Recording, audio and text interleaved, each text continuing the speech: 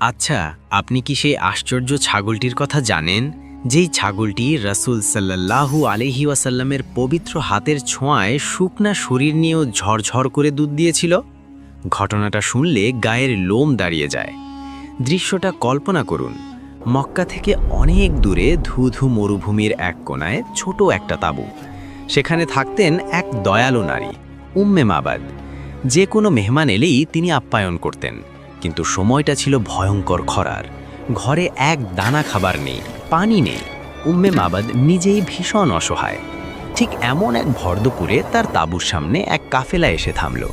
কাফেলার একজন মানুষের চেহারা থেকে যেন নূর ঠিকরে পড়ছিল। তিনি বিনীতভাবে উম্মে মাবাদকে বললেন, খাবার বা পান করার মতো কি কিছু হবে? আমরা দাম দেব। উম্মে মাবাদের কলিজাটা মোচড় দিয়ে উঠল। তিনি ছলছল চোখে বললেন, হায়, আমার ঘরে যদি সামান্য কিছুও থাকতো, আপনাদের কাছ থেকে আমি দাম নিতাম না, কিন্তু আজ আমার হাড়ি একদম খালি। মেহমান তখন তাঁবুর এক কোণায় ধুঁকতে থাকা হাড্ডিসার এক ছাগলের দিকে তাকালেন। জিজ্ঞেস করলেন, ও কি দুধ দেয়? উম্মে মাবাদ করুণ হেসে বললেন, ও তো নিজেই চলতে পারে না, ও আর কি দুধ দিবে? আগন্তুক বললেন, অনুমতি দিলে কি আমি একটু চেষ্টা করে দেখতে পারি? উম্মে মাবাদ সম্মতি দিলেন, যদিও তার কোনো আশা ছিল না। এরপর যা ঘটল তা কোনো জাদুর চেয়েও কম নয়।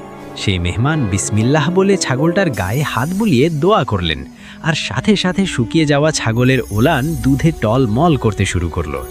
বালতি ভরে দুধ দেওয়া হলো। মেহমান নিজে না খেয়ে প্রথমে উম্মে মাবাদকে খাওয়ালেন, তারপর সঙ্গীদের, আর সবার শেষে তিনি খেলেন। এক মুহূর্তেই অভাবের সংসারে আনন্দের বন্যা বয়ে গেল। মেহমান চলে গেলেন। সন্ধ্যায় উম্মে মাবাদের স্বামী বাড়ি ফিরে ভরা দুধের পাত্র দেখে তো অবাক। ঘরে তো কিছুই ছিল না, এত দুধ এলো কোত্থেকে? উম্মে মাবাদ আবেগে কাঁপতে কাঁপতে সব খুলে বললেন। স্ত্রীর মুখে মেহমানের বর্ণনা শুনে স্বামী চিৎকার করে বলে উঠলেন, আল্লাহর কসম, ইনি তো তিনি, ইনি আমাদের নবী মুহাম্মদ সাল্লাল্লাহু আলাইহি ওয়াসাল্লাম। জানেন, সেই ঘটনার পর ওই পরিবার ইসলাম গ্রহণ করে, আর নবীর হাতের ছোঁয়ায় পাওয়া সেই ছাগলটি 18 হিজরি পর্যন্ত বেঁচে ছিল। আর যতই অভাব আসুক, ওটা কখনোই দুধ দেওয়া বন্ধ করেনি।